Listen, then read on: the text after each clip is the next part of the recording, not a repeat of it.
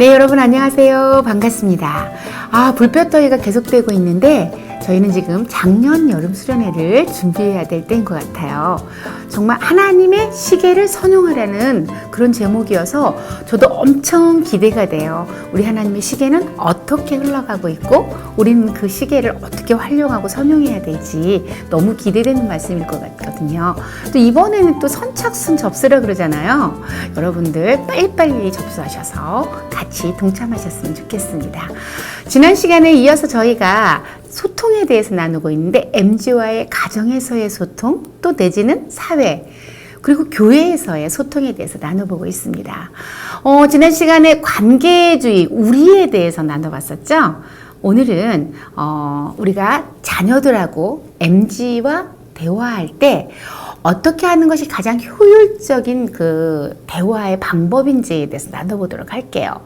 우선 그 아주대 교수님이신 김경일 박사님이 이런 얘기를 하셨어요. 원래는 심리학에 있던 이야기인데 본인이 쉽게 표현을 했다 그랬어요. 접근 동기와 회피 동기라고. 그러니까 설명을 하자면 이게 접근 동기는 뭐고 회피 동기는 뭘까? 우리 아이가 중간고사를 잘 보기를 원하는 거예요. 저희 부모님이. 그럴 때 우리 MG 자녀들에게 아니면 뭐 이거 요구를 하는 거죠. 너가 이번에 시험을 열심히 공부해. 시험을 잘 보지 못하면 아빠가 너를 뭐 이제 예전 말로 하면 이제 뭐 유튜브를 앞으로는 볼 수 없어. 내지는 컴퓨터를 할 수 없어. 이게 뭐냐면 회피 동기고요. 접근 동기는 뭐냐면 이번에 정말 열심히 해서 정말 소기의 성과를 나타내고 좋은 결과가 나타나면 너가 원하는 배낭여행을 보내줄게. 이게 이제 접근 동기라는 거죠. 그런데 우리가 생각할 때는 물론 저희가 접근 동기를 많이 활용할수록 훨씬 그 효과적이라고 그래요. 우리 자녀들은 또 내지는 모든 사람들은 우리가 생각할 때 너 이렇게 하면 너에게 불이익이 갈 수 있어 라고 말하는 그 회피 동기가 크게 다가올 것 같잖아요. 그래서 저희가 공부할 때 너 공부 그렇게 안 하다 큰일 난다, 아빠한테 이제 혼난다, 쉽게 말할 때는 이렇게도 표현하는데 이것도 회피 동기라는 것이죠. 그러면 접근 동기는 이번에 열심히 하면 너에게 뭔가를 얻을 거야. 이제 포상을 얘기하는데 포상이라기보다는 우리가 마음을 줄 수 있는 긍정적인 마음이 되고 소망을 가질 수 있는 어떤 동기부여. 근데 이것이 접근 동기라고 하는데 그러면 접근 동기만 좋을까요? 그렇진 않다고 합니다. 이를테면 이제 단기간에 뭔가 소기의 성과를 이뤄내야 될 때, 이럴 때는 실은 회피 동기가 효과적이라고 그래요. 직장 내에서도 단기간에 어떤 효과를 빨리 거둬내야 되는 거죠. 그러면 우리가 이때 요 프로젝트를 통해서 이런 성과를 이뤄내지 않으면 우리는 요번에 연봉 책정할 때 영향을 받게 될 것이다. 이게 굉장히 효과적으로 단기간에 있는 것일 때는 장기적일 때 요 회피 동기를 하면 사실은 받아들이는 쪽에서 굉장히 체감적인 것이 아니면 장기적으로 어떤 효과를 얻어내는 것이 안 된다는 거죠. 그래서 접근 동기는 사실은 장기적일 때 좋고요. 그러니까 회피 동기는 단기적인 어떤 목적을 이룰 때 좋다는 거죠. 그럼 저희 자녀들하고 대화를 할 때 이렇게 막연하게 야, 너 열심히 공부해야 네가 지금 뭔가를 열심히 공부해내고 해야 네 인생이 달라져. 실은 이런 얘기들은 안 와닿는 거예요. 우리가 가장 많이 하는 실수잖아요. 우리 MZ들하고 우리 자녀들하고. 야, 너 그렇게 살아봐라. 너 인생이 어떻게 되는지 네가 살아봐야 알지. 우리가 그냥 하는 이런 대화가 이 아이들에겐 하나도 영향을 미치지 않는다고 그래, 심리적으로요. 그러니까 장거리일 때는 굉장히 긴 걸 얘기할 때는 소망적인 거. 이를테면 이런 거죠. 예전에 우리 이제 저희 때인데 학교에 그 반훈을 쓰잖아요. 그러면 어떤 선생님이 센스 있는 선생님이 했던 것이 30분 더 자면 뭐 와이프의 얼굴이 달라진다 뭐 이런 거. 그런 게 아이들에게 사실은 장기적으로 때는 그게 크게 와닿는다고 그러죠. 왜냐면 내가 이쁜 와이프를 얻기 위해서는 잠을 더 자면 안 된다는 거예요. 그런 것들. 그러니까 장기적일 때는 접근 동기를 줘서 내 와이프의 얼굴이 달라지게 하는 그런 거, 이제 그런 거. 그래서 접근 동기로 접근을 하면 좋고요. 단기적인 목적, 이번에 당장 내가 이번에 이루어야 될 것들에 대해서는 회피 동기를 해주면 좋다라는 것이죠. 그러니까 가정에서도 우리 자녀들하고 대화할 때 금방 이루어야 될 것은 이렇게 회피 동기를 선용하시면 좋을 것 같고요. 장기적인 것들은 아주 좋은 표현을 써주는 게 좋다 그러죠. 그러니까 우리 환경을 보호한다 이렇게 할 때도 어떻게 하냐면 우리가 지금 이렇게 물을 낭비하면 앞으로 우리는 물이 부족 국가가 되어서 힘들어지게 됩니다. 그래서 장기적인 미래에 대한 얘기를 때 이렇게 얘기하잖아요. 그래도 물 쓰는 거에 대해서는 아무 영향을 받지 않는다 그래요. 물을 아껴야 되겠다는 생각이 안 든다 그러죠.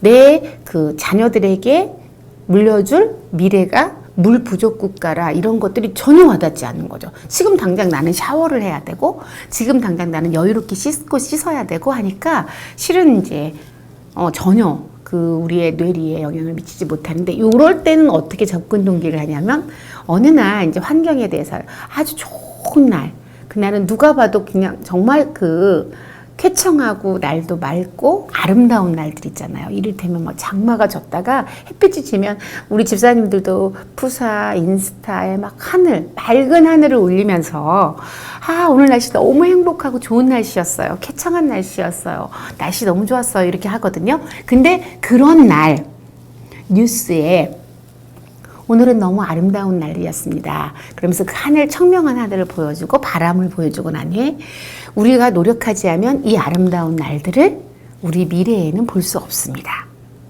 요렇게 접근 동기를 해준다는 거죠. 장기적일 때. 그러면 사람들의 마음에 오늘 모두 다 이 아름다운 날을 같이 느꼈었거든요. 그랬기 때문에 이 아름다운 날들이 이 쾌청한 아름다운 날씨를 어느 날에는 느끼지 못할 수 있다라는 생각에 마음이 움직여진다 그래요. 그래서 물도 아껴야 되고 환경도 보존해야 되고 원하는 것들 있잖아요. 장기적으로 이루어야 될 프로젝트가 다가온다는 거죠. 그러니까 자녀에게도 어떤 소망적인 메시지를 줘야 된다는 거죠. 장기적인 미래를 계획할 때는 너가 그렇게 살면 너는 불행한 인생을 살게 될 거야가 아니라 아름다운 기억, 좋은 추억, 이제 오늘 행복한 일을 한 거예요. 이를테면 오늘 가족이 진짜 근사한 데 가서 식사를 한 거죠. 뷔페를 갔다든지 아이가 진짜 원하는 것을 한 그날 너가 정말 열심히 살아내야 앞으로 네 인생의 미래에 이런 것들을 경험할 수 있어. 이렇게 얘기해 줄 때 이 아이가 그것이 마음에 와닿는다 그래요. 이런 접근 동기가 뭐냐면 우리 어린 자녀들을 데리고 아니면 한참 공부할 때 내가 원하는 목표하는 대학 예전에 그러니까 제가 보니까 인스타에 아직 초등학생인 아들을 데리고 그 아들이 가고 싶다고 해서 대학 탐방을 했더라고요. 이런 거죠. 좋은 기억을 주는 거예요. 학교 캠퍼스를 돌아보게 하는 거죠. 대학 캠퍼스, 네가 열심히 공부하면 이 캠퍼스가 너의 것이 될 것이야. 초등학생인데 아직 굉장히 장기적인 계획이잖아요. 예전에 저희 담임 목사님이 어떤 것을 하냐면 비전 트립이라고 해서 저희 자녀들을 데리고 미국에를 갔어요. 그때 당시 할렐루야 대성회여가지고 백악관도 갈 수 있는 그 코스가 있었는데 실은 백악관이라든가 또 하버드대 이렇게 그런 아이비리그 대학이라든가 이런 거 비전을 위해서 이렇게 여행을 해줬는데 자녀가 중심이 된 게 아니라 할렐루야 대성회를 갔고 그때 중직들도 갔거든요. 제가 그때 당시에 저희 담임 목사님께 되게 감동을 받았던 게 그래서 이제 그 백악관에를 들어갈 수 있는데 그 들어갈 수 있는 인원이 제한이 된 거예요. 그때 누가 들어갔냐면요. 저희 자녀들, 어린 자녀들, 그때 당시에 초등학생 이런 자녀들만 데리고 담임 목사님이 들어가셨어요. 백악관으로. 그래서 그 아이들에게 실제로 백악관을 보여줬던 이유는 너네들의 세대에는 한국뿐만 아니라 글로벌 시대가 될 것이니 너희들은 한국의 리더뿐만 아니라 전 세계를 리더하는 그런 리더가 되었으면 좋겠다라는 그 비전을 위해서 백악관에 데려가서 백악관 안에 그 의자에 앉게 해주고 거기서 회의하는 곳에서 그곳에 앉아서 판결문도 내리는 것도 보여주고 미국 국회에서 의회에서 이런 것들 체험 그리고 또 하버드를 가서 내가 공부할 대학은 이런 곳이면 어떨까라는 그런 비전을 보여주는 거죠. 이게 접근 동기라는 거죠.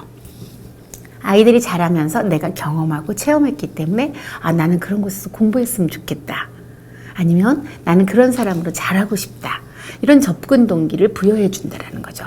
이게 이제 우리 자녀들과 대화할 때도 똑같이 적용이 되는 것이죠. 또 MG와의 대화에서는 꼭 그런 것들이 더 필요하다라 그래요. 그래서 자녀, 그다음에 또 이거는 또 어떤 세대에도 마찬가지예요. 모든 세대에 공이 소통할 때 필요한 그런 그 하나의 어떤 방법 이라는 것이죠. 그래서 우리도 사역을 할 때 우리가 이 사역을 통해서 가장 좋은 것을 경험하게 한 후에 아니면 좋은 것을 제시해 주는 거죠. 소망적인 거, 희망적인 거, 장기적인 플랜에서는. 그 다음에 단기적일 때에는 이 회피 동기를 가지고 하면 더 훨씬 효과적이라고 그래요. 우리가 지금 깨어나지 않으면 이런 거겠죠. 지금 코로나 때 우리가 그동안 잠들어 있는 또 코로나로 교회와 현장 예배와 너무 멀어져 있는 이런 성도님들이 계신다는 거죠. 이번에 라이언 일병 찾기 많이 했잖아요. 밀러데이를 통해서 라이언 일병 찾기를 했는데 이럴 때는 어떻게 잠깐 지금 잃어버리면 안 되는 그 영혼, 이럴 때는 그 회피 동기를 가지고 접근을 하는 거죠. 성도들에게 교구에서도 지금 찾아오지 않으면 찾을 수 없어. 우리에게 다시 영영 볼 수 없는 사람들이 될 수밖에 없어. 너무 멀어져 갔어. 이렇게 해서 회피 동기로 접근을 하면 성도들의 마음 가운데도 어떤 마음, 이제 다급한 마음, 조급한 마음이 들어서 찾아오게 되고 시간을 두고 기간을 둬서 이렇게 저희가 1차, 2차 했잖아요. 근데 그냥 찾아와야 돼 라고 우리가 이렇게 동기부여만 해줬을 때는 움직여야 된다는 생각이 안 들다가 1차, 2차 기간이 정해진 거예요. 우리가 밀러데이의 심장으로 라이언 일병을 찾아오자 1차, 2차 지금 와야 돼. 지금 찾아와야 돼. 이런 것들이 그렇게 하지만 이들은 사라져 버릴 수밖에 없어. 이런 마음이 올 때 우리가 한 사람이라도 더 연락해보고 자꾸만 찾아오려고 하는 그런 노력을 하게 된다는 거죠. 이것이 회피 동기로 접근하는 거죠. 자녀들도 마찬가지로. 그래서 여러분들이 중간고사가 있어요. 그래서 미리서 조금 오래 시간이 있을 때는 약간 소망적인 메시지를 주시고요. 아니면 또 이제 그렇지 않을 때는 이렇게 회피 동기를 하는데, 그런데 회피 동기와 이 접근 동기 중에 더 마음을 움직이는 것은 어쨌든 접근 동기라는 거. 그래서 아이들에게 소망을 주는 거예요. 상을 줘라 이렇게 얘기하잖아요. 쉽게 표현하는 게. 근데 이제 그런 것보다도 이렇게 좀 느끼고 깨닫고 아이가 소망으로 느낄 수 있는 것들. 내가 단지 뭔가를 갖기 위해서 노력하는 게 아니라 뭔가 희망적이고 소망적이고 이렇게 하면 나는 내가 이렇게 뭔가를 이루어낼 수 있어 라는 것들을 느낄 수 있도록 우리 자녀들에게 해주면 자녀들이 훨씬 동기부여가 된다고 하니까, 여러분들이 너 이번 때 꼭 시험 잘 봐야 돼, 뭐 어떻게 해야 돼, 이런 게 아니라 그렇게 함을 통하여서 너의 인생이 이렇게 아름다워질 거야, 아니면 어떤 것을 누릴 수 있게 돼. 이렇게 접근 동기로 들어가셔서 자녀와의 대화를 원활하게 하시기 바랍니다. 그리고 또 성도들에게도 마찬가지고 사역을 진행할 때도 마찬가지라는 거죠. 결론은 뭐예요? 약간 소망적이고 희망적이고 칭찬하고 격려하는 거. 칭찬은 항상 우리가 하는데 칭찬은 고래도 춤추게 한다라고 이렇게 얘기를 하잖아요. 근데 춤추는 것뿐만 아니라 내 마음에 그 동기부여가 돼서 기쁨과 감사로 일할 수 있게 하는 거. 사명자도 마찬가지인 것 같아요.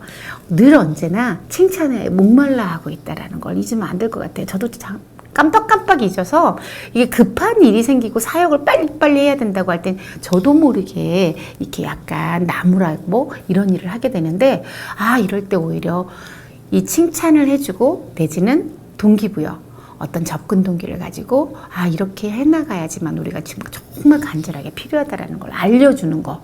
그래서 이끌어가는 것이 사역적으로는 훨씬 상처받지 않고 사역할 수 있는 길인 것 같아요. 매번 알고 있지만 이렇게 사역에 쫓기다 보면 저도 모르게 그렇게 되더라고요. 그러니 가정에서 자녀도 마찬가지겠죠. 인색하면 안 되는데 우리 자녀가 뭔가를 해올 때도 과하게 리액션도 해주고 해야 되는데 리액션이 안 된단 말이죠. 왜냐하면 평가하는 입장에 항상 있기 때문에 그래요. 부모는. 그리고 리더도 마찬가지죠. 사회에서 리더도 자꾸만 평가하는 쪽에 서 있더라고요. 평가하는 쪽에 서지 마시고 어떤 응원하는 사람, 격려하는 사람, 언제든지 박수 보내주는 사람, 그런 사람이 되어줄 때 소통이 굉장히 잘 될 수 있다라는 것이죠.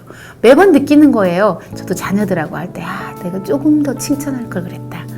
너무 내가 나의 성격대로 무뚝뚝했다 이런 마음이 들더라고요. 그러니까 그렇게 후회하지 마시고 여러분들도 격렬하게 칭찬해 주시기 바랍니다.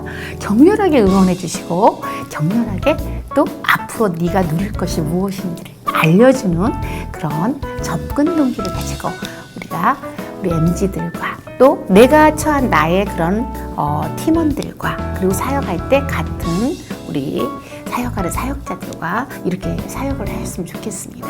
네, 칭찬은 해도 부족하다.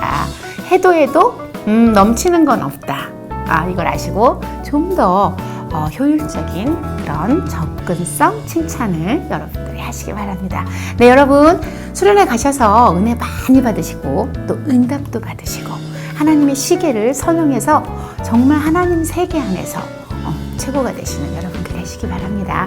그렇게 은혜에 주실 그 수련회를 기대하며 여러분 다음 시간에 만나요. 은혜로 살리고.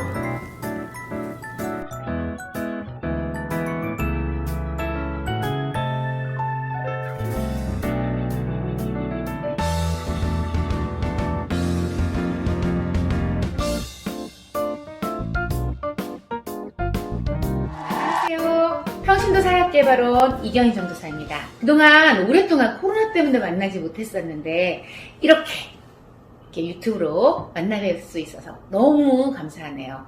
여러분 안녕하세요. 스테라의 은혜로 살리고. 안녕하세요.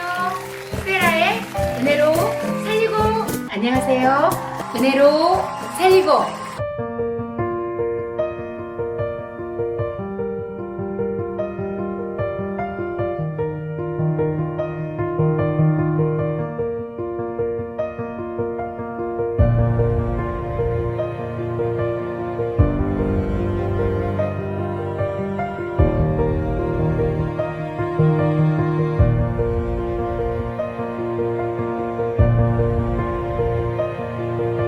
여러분 다음 시간에 만나요. 은혜로 살리고.